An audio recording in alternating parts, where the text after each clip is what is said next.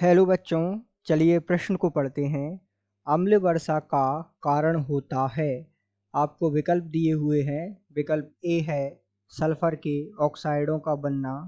विकल्प बी है नाइट्रोजन के ऑक्साइडों का बनना। विकल्प सी है H2SO4 अर्थात सल्फ्यूरिक अम्ल एवं HNO3 अर्थात नाइट्रिक अम्ल का बनना। और विकल्प डी है उपयुक्त सभी। तो आइए बच्चों, मुख्य अवधारणा को समझते हुए हम इस प्रश्न को हल करते हैं। तो मुख्य अवधारणा के रूप में जो है हम सबसे पहले समझते हैं कि अम्ल वर्षा होती क्या है तथा ये किस कारण होती है।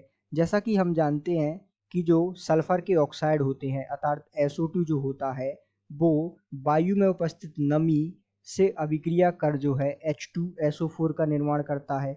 और इसी प्रकार जो नाइट्रोजन के ऑक्साइड होते हैं अर्थात NOx, ये जो है कोई भी नाइट्रोजन का ऑक्साइड हो सकता है। ये जो है वायु में उपस्थित नमी के साथ अभिक्रिया करके या जल के साथ अभिक्रिया करके ये जो है नाइट्रिक अम्ल अर्थात HNO3 का निर्माण करता है। तो ये जो सल्फ्यूरिक अम्ल अर्थात H2SO4 है और HNO3 है, ये दोनों भी जो है मुख्य रूप से अम्ल वर्षा होने का कारण है।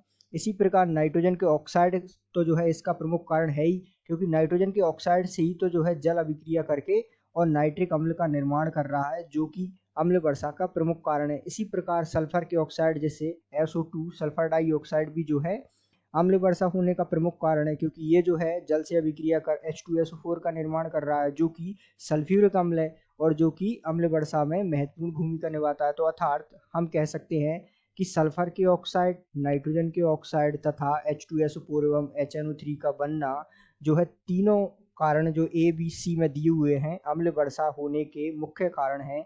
इस आधार पर हम कह सकते हैं कि उपयुक्त सभी इस प्रश्न का सही उत्तर होगा। अर्थात दिए गए प्रश्न का सही उत्तर विकल्प डी है। आशा करते हैं आपको समझ आया होगा। धन्यवाद।